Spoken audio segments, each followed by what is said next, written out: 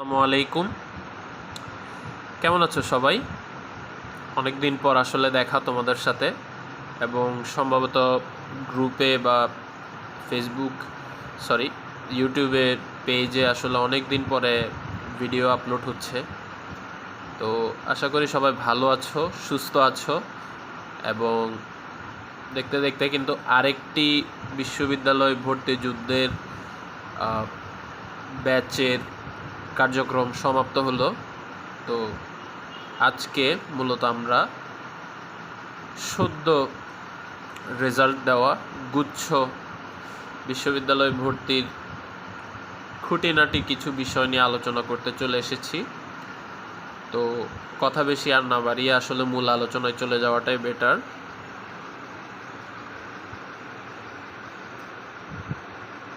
তো আশা করি দেখতে পাচ্ছ এখানে আসলে অনেকগুলো প্রশ্ন দেওয়া আছে, এবং এইসব প্রশ্ন নিয়েই বা এসব প্রশ্নের উপর ভিত্তি করে আসলে আমার আলোচনাটা হবে, বা সাধারণ শিক্ষার্থী মনে আসলে যেসব প্রশ্নগুলো এতদিন ধরে ছিল বা ফলাফল দেওয়ার পরে আরও জোরালো হলো প্রশ্নগুলো, সেগুলোকেই আমি একটি পেজের মধ্যে নিয়ে আসার চেষ্টা করলাম।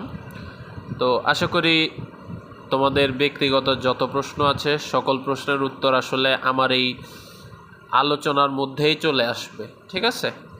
তো শুরু করি। প্রথমে বলা হয়েছে কত পজিশন পর্যন্ত আসলে সেফ। যেহেতু তোমরা অলরেডি তোমাদের ফলাফল ওয়েবসাইটের মাধ্যমে পেয়ে গিয়েছো, সুতরাং তোমাদের নম্বরের সাথে পজিশনও অলরেডি দেওয়া হয়েছে। এখন এখানে উত্তরের মধ্যে লেখা আছে যে তিনটা সাধারণত সংখ্যা লেখা আছে। একটা হচ্ছে 16 থেকে 17, আর একটা 14 থেকে 15, আর একটা 17 প্লাস থেকে 19,000 পর্যন্ত একটা রেঞ্জ আমি হাতে আসলে নিয়েছি। এখন এই তিনটা রেঞ্জ দিয়ে আসলে কি বোঝাচ্ছে সেটা বোঝানোর জন্য আসলে আমাকে একটু লেখা প্রয়োজন। তো এখানে তোমার 16 থেকে 17,000, এইটা আমি কাদেরকে সেফ বলবো? এটা আমি তাদেরকেই সেফ বলবো যারা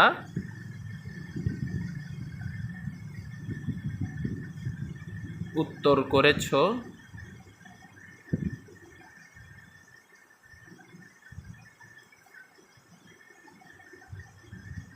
math plus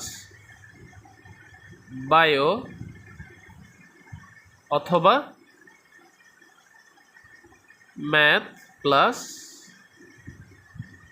Bangla or English. ঠিক আছে, আশা করি বোঝাতে পেরেছি আমি কাদেরকে এখানে সেফ হিসেবে বলছি। এই পজিশনে 16 থেকে 17,000 পর্যন্ত তাদেরকেই আমি অ্যাটলিস্ট ন্যূনতম একটা সেফ পজিশন বলতে পারি, যারা আসলে তোমরা সাবজেক্ট পেতে যাচ্ছ। ঠিক আছে, তাহলে এখন আমার দ্বিতীয় অপশন 14 থেকে 15,000 আসলে কারা সেফ। এক্ষেত্রে তারাই সেফ যারা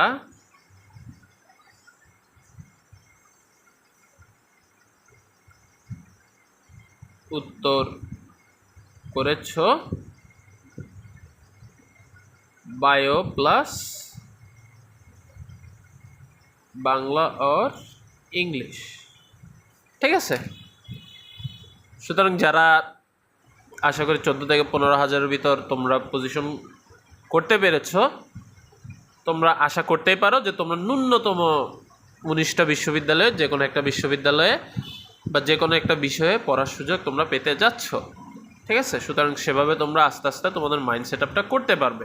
ঠিক আছে, এখন আরেকটা যেটা অপশন আছে সেটা হচ্ছে 17,000 থেকে 19,000, অথবা এটাকে আমি এক্সটেন্ড করে 20,000 আর 21,000 পর্যন্ত বলতে পারি। ঠিক আছে, তাহলে এটা কারা? এটা হচ্ছে তারাই যারা সায়েন্স থেকে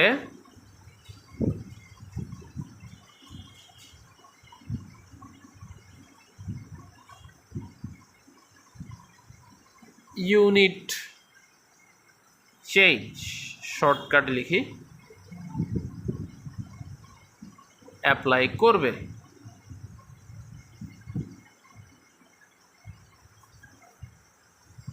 অর্থাৎ এক্ষেত্রে যদি আমি একটা নাম্বারের রেঞ্জ করি, এক্ষেত্রে নাম্বার যারা মোটামুটি 40 বা তার বেশি তারা আসলে ইউনিট চেঞ্জ করে সাবজেক্ট পাওয়ার সম্ভাবনা বেশি রয়েছে। ঠিক আছে, সুতরাং যারা তোমরা হচ্ছে সাবজেক্ট পাওয়ার ক্ষেত্রে 45-এর নিচে আছো, 45-এর নিচে আছো, তোমরা সায়েন্স ইউনিটের সাবজেক্টগুলো অ্যাপ্লাই করার পাশাপাশি ইউনিট চেঞ্জও অ্যাপ্লাই করবে। এখন অনেকের মনে প্রশ্ন হতে পারে আসলে ইউনিট চেঞ্জটা কি? ইউনিট চেঞ্জ মিনস হচ্ছে তুমি পরীক্ষা দিয়েছো এ ইউনিটে, ঠিক আছে, তুমি একই সাথে এখন একই ফলাফলের উপর ভিত্তি করে তুমি বি, সি, ডি, ঠিক আছে, এই 4টা ইউনিটেও, এই 3টা ইউনিটেও তুমি অ্যাপ্লাই করতে পারবে তোমার যেটাতে ইচ্ছা। তোমার যদি ল পড়ার ইচ্ছা হয় তাহলে তোমাকে অবশ্যই দেখতে হবে যে এটা কোন ইউনিটের সাবজেক্ট, ঠিক আছে, সেটা বি ইউনিটের সাবজেক্ট, কমার্স ইউনিটের, ঠিক আছে, সরি আর্টস ইউনিটের হবে হয়তো, কিছু ভুল হইতেই পারে, সেটা একটু ক্ষমা সুন্দর দৃষ্টিতে দেখবে তোমরা, আশা করি।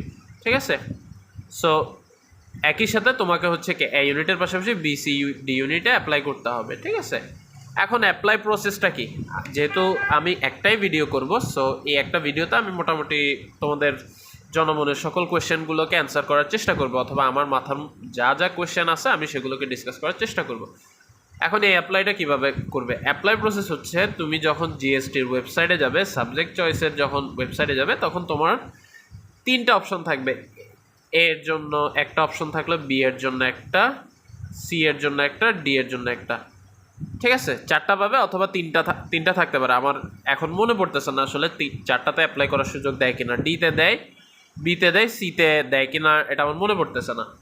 ঠিক আছে, তো এরকম যতটাই থাকে তুমি অপশন পাবে 4টা। তোমাকে হচ্ছে যদি একাধিক ইয়েতে তুমি ইউনিটে অ্যাপ্লাই করতে চাও, তোমাকে একাধিক ইউনিট সিলেক্ট করতে হবে। ঠিক আছে, সিলেক্ট করার পরে তোমাকে সাবজেক্ট চয়েস দিতে বলবে। সাবজেক্ট চয়েসটা দেবার পরে সাবজেক্ট চয়েসটাতে তোমাকে হচ্ছে, যেমন যেহেতু তুমি সায়েন্স ইউনিট সিলেক্ট করছো, এখানে সায়েন্স ইউনিটের সাবজেক্টও থাকবে, বি ইউনিটের সাবজেক্টও থাকবে, ডি ইউনিটের সাবজেক্টও থাকবে, মানে সব কিছু কম্বিনেশন করে তোমার একটা সাবজেক্ট চয়েস সাজাতে হবে। সেই সাবজেক্ট চয়েসটা সাজানোর পরে তোমাকে বলবে পেমেন্ট অপশন। এখন পেমেন্ট অপশনে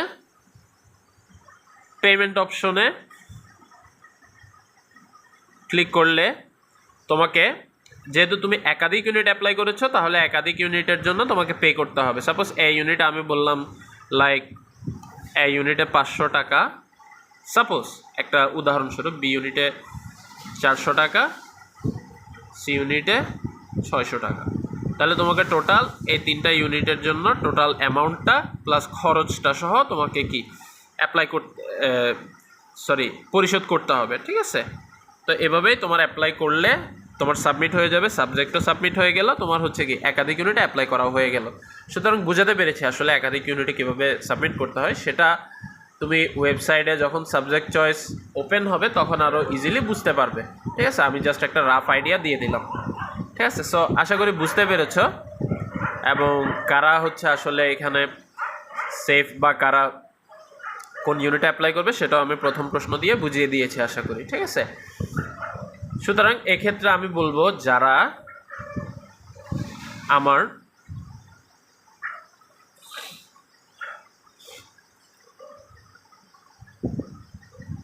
এক্ষেত্রে আরেকটা ডিসকাশন অবশ্যই করা উচিত, সেটা হচ্ছে মানে আমি তো বলেছি এখানে 16 থেকে 17,000 যারা ম্যাথ প্লাস বায়োলজি অথবা ম্যাথ প্লাস বাংলা ইংলিশ উত্তর করেছে তারা সেফ। এখন অ্যাডমিশন জিনিসটা হচ্ছে আসলে আনপ্রেডিক্টেবল জিনিস। ঠিক আছে, এটা তুমি কখনো অনুমান দিয়ে বা কোনো রুলস দিয়ে আসলে এটাকে মেজর বা অনুমান করতে পারবা না। ঠিক আছে, সুতরাং এখানে তোমাকে সেফ অবশ্যই খেলতে হবে। ঠিক আছে, এটাকে যদি আমি আরেকটু সিম্পলিফাই করি, 16,000 থেকে 16,000 না, সেখানে আমি যদি বলি সেফ একেবারে 14,000 পর্যন্ত মোটামুটি সেফ বলাই যায়, যে তারা ইঞ্জিনিয়ারিং বা পিওর একটা সাবজেক্ট পাচ্ছে।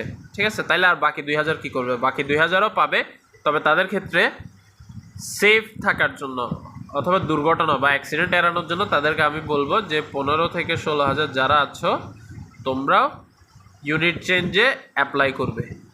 ঠিক আছে, ইউনিট চেঞ্জটা এখন তোমার, আমি যে উদাহরণ দিলাম 4টা ইউনিটে অ্যাপ্লাই করতে হবে তা না, এটা স্টুডেন্টের চাহিদার বিষয়। তুমি চাইলে যে কোনো একটা ইউনিটে অ্যাপ্লাই করতে পারবা।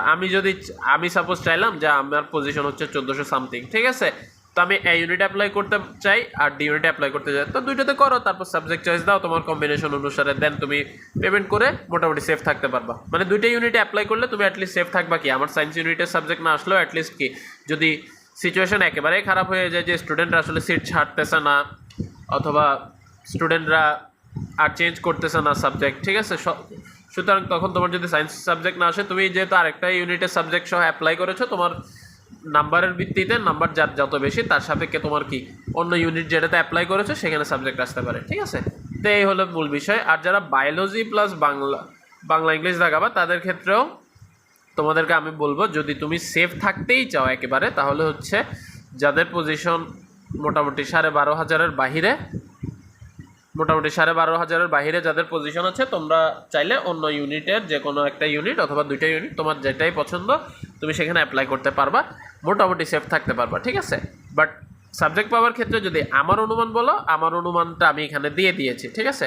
সুতরাং আমি একটা প্রশ্নে কয়েকটা প্রশ্নের উত্তর তোমাদেরকে দিয়ে দিয়েছি, ঠিক আছে। সুতরাং আমরা সামনে ফরওয়ার্ড করতে পারি। সামনের প্রশ্নটা হচ্ছে, কোনো বিশ্ববিদ্যালয়ে বাছাই করবার ক্ষেত্রে কী কী বিষয় গুরুত্বপূর্ণ, অথবা এখানে আরেকটা প্রশ্ন আমি যদি অ্যাড করি, কোনো বিশ্ববিদ্যালয়ের কোনো সাবজেক্ট আমার পছন্দ, সেটা বাছাই করার ক্ষেত্রে আমার আসলে কী কী জিনিসকে প্রাধান্য দেওয়া উচিত, ঠিক আছে। এটার উত্তর আমি মুখে বলবো, এত খাতায় লিখবো না। সেটা হচ্ছে, কোনো বিশ্ববিদ্যালয়ের কোনো একটা সাবজেক্ট বাছাই করার ক্ষেত্রে অবশ্যই সেই বিশ্ববিদ্যালয়ের যে সাবজেক্টটাকে তুমি তুলনা করতে চাও, মানে যে সাবজেক্টটা নিয়ে তোমার পড়তে ইচ্ছা বা জানতে ইচ্ছে, সেটা টিচার্স সংখ্যা, আবার রিপিট, সেটা টিচার্স সংখ্যা, ফ্যাসিলিটিস কেমন, সেটার পূর্ববর্তী কয়টা ব্যাচ চলে গিয়েছে বা কয়টা ব্যাচ গ্র্যাজুয়েট হিসেবে কমপ্লিট করেছে বা বের হয়েছে, তাদের তাদের আমলনামা, অর্থাৎ তাদের অবস্থান কেমন, সিনিয়ররা কোথায় কাজ করতেছে বা কী কী সফলতা অর্জন করছে, সেসব তোমাকে অবশ্যই জানতে হবে, ঠিক আছে। তুমি এত বড় একটা যোগ্যতার পরীক্ষা উতরে গিয়ে তুমি কখনো এমন কোনো সাবজেক্টে ভর্তি হতে চাইবা না যেটা হচ্ছে কি ওই বিশ্ববিদ্যালয়ে নতুন খুলতেছে, ঠিক আছে, ডিপার্টমেন্টটা। সো তোমাকে যাচাই বাছাইয়ের প্রচুর দরকার, এক্ষেত্রে যাচাই বাছাইটা খুব বেশি দরকার। এক্ষেত্রে তোমাকে কি বিভিন্ন বিশ্ববিদ্যালয়ে যেসব হেল্প ডেস্ক আছে, ওইসব হেল্প ডেস্কে অবশ্যই কি পোস্ট করে হোক বা পরিচিত কোনো বড় ভাই থাকলে তাদের মাধ্যমে জেনে শুনে নিতে হবে, ঠিক আছে। সুতরাং এটার উত্তর সবচেয়ে সিম্পল ছিল। নেক্সট বলা হয়েছে কি, গুচ্ছের মধ্যে আসলে সবচেয়ে বেশি চাহিদা যোগানো বিশ্ববিদ্যালয় কোনগুলো। আচ্ছা, এই প্রশ্নটার উত্তর একটু পরেই তোমরা পেয়ে যাবে, ঠিক আছে। সুতরাং আমি ফার্দার কোয়েশ্চেনে চলে যাই। আচ্ছা, সাবজেক্ট চয়েস কেমন দেওয়া উচিত, এই জিনিসটা বোঝাতে হলে আমাকে একটা রাফ আইডিয়া দিতে হবে তোমাদেরকে অবশ্যই, ঠিক আছে। আচ্ছা, একটা রাফ আইডিয়া দিতে আমি আসলে আসছি এখানে। তো সাবজেক্ট চয়েস আসলে কয়েকটা ধাপ অতিক্রম করতে পারে। সাবজেক্ট চয়েসটা আসলে কয়েকটা ধাপে দেওয়া যেতে পারে। আমি কয়েকটা আইডিয়া শেয়ার করতে চাই। সাবজেক্ট চয়েসটা এমন হতে পারে যে, সাপোজ আমি MBSTUকে সিলেক্ট করলাম যে আমি মাওলানা ভাসানীতে ভর্তি হতে চাই, ঠিক আছে। তো মাওলানা ভাসানী আমার প্রায়োরিটি লিস্টে একেবারে সবার প্রথমে। সাপোজ ধরো আমার বাসা টাঙ্গাইলে, না হয় আমার বাসা ঢাকায়, সুতরাং আমার যেমনই হোক মাওলানা ভাসানী লাগবে। সুতরাং তোমার সাবজেক্ট চয়েসটা তুমি এমনভাবে দিতে চাইতেছো যে আমার পজিশনটাতে অ্যাটলিস্ট মাওলানা ভাসানীর একটা সাবজেক্ট আসুক। তো সাপোজ মাওলানা ভাসানীতে সাবজেক্ট আছে আমার 15টা, ঠিক আছে। আমি চাইলে 1 থেকে 15 পর্যন্ত টানা মাওলানা ভাসানীর সাবজেক্টগুলো দিতে পারবো। তারপর আমার সেকেন্ড চয়েস সাপোজ যশোর, ঠিক আছে, জাস্টেরও আমি চাই কি আমার সাবজেক্টগুলো মাওলানা ভাসানীতে আসলে ভালো, অথবা আমি চাইতেছি কি মাওলানা ভাসানী যদি মিস যায় যশোর আসুক। তাহলে যশোরে সাপোজ 17টা ডিপার্টমেন্ট আছে, তাহলে 15 যোগ 17 32টা, তাহলে 16 থেকে 32 পর্যন্ত তুমি চাইলে যশোরগুলো দিতে পারো। এভাবে তুমি একটার পর একটা ভার্সিটি চুজ করতে পারবা, ঠিক আছে। তোমার যতটা পছন্দ হয় ততটা তুমি দিতে পারবা। তোমার কাছে সাপোজ লাইক অপশন থাকতে পারে 138 থেকে 139টা অপশন থাকলো, অথবা আরও বেশিও থাকতে পারে, আরও বেশিই থাকবে। তোমার কাছে অপশন হয়তো থাকবে 188 থেকে 90টা ইন্ডিভিজুয়াল অপশন থাকবে। তুমি চাইলে 190টাকেই সিলেক্ট করতে পারো, বা তোমার যদি ইচ্ছা হয় যে না আমার এতগুলো দেওয়ার দরকার না, আমার এখান থেকে আমার পজিশন ভালো, আমার সর্বোচ্চ 50-55টা সিলেক্ট করলে আমার ওখান থেকে একটাই চলে আসবে, ঠিক আছে। সুতরাং তুমি এভাবে 50টা অপশন সাজাতে পারো, এটা একটা অপশন গেল সাবজেক্ট। আরেকটা অপশন গেল এমন যে আমার ভাই অত ইউনিভার্সিটি আলাদাভাবে কোনোটার চাহিদা নাই, আমার জাস্ট সিএসসি পেলেই হলো, মানে যেমনি হোক আমি সিএসসি ফ্যাসিনেটেড, আমার সিএসসি পেলেই হলো। সুতরাং আমি করলাম কি, ফার্স্টে আমার চয়েস হচ্ছে কি, সাপোজ আমার চাহিদা প্রথম হচ্ছে এমবিএসটিউ সিএসসি, সাপোজ আমার যেমনি হোক সিএসসি লাগবেই লাগবে, ঠিক আছে। সুতরাং আমি আমার সেকেন্ড চয়েসে সিএসসি দিতে পারি যশোর, সাপোজ আমার চাহিদার কেন্দ্র হচ্ছে যশোর দ্বিতীয়। তারপরে আমার থার্ড হচ্ছে কি, মানে সিএসসি আমার লাগবেই লাগবে, আমি চাইলে নোয়াখালী সায়েন্স অ্যান্ড টেকনোলজি ইউনিভার্সিটির সিএসটি ডিপার্টমেন্টকে নিতে পারি, ঠিক আছে।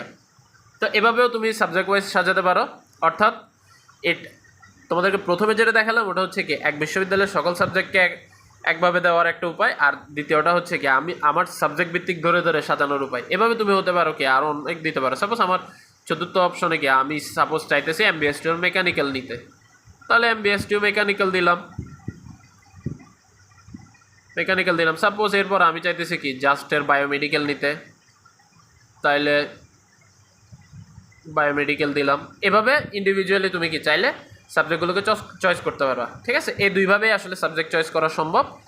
আর ইউনিট চেঞ্জে অ্যাপ্লাই করলে তোমার কি, আমি এখানে সাপোজ 188 বা 90টা বললাম, এটা সাপোজ ধরো ইউনিটের জন্য বললাম, যখন তোমার ইউনিট বাড়বে তখন আরও অপশন বাড়বে, তুমি এভাবে চাইলে কি সাজাতে পারবা। সুতরাং সাবজেক্ট চয়েসটা যার যার মতো, উপায় দুইটা আছে, আমি দুইটা নিয়েই আলোচনা করে দিলাম, ঠিক আছে। তাহলে সাবজেক্ট চয়েস কেমন হওয়া উচিত সেটাও আলোচনা করা হলো।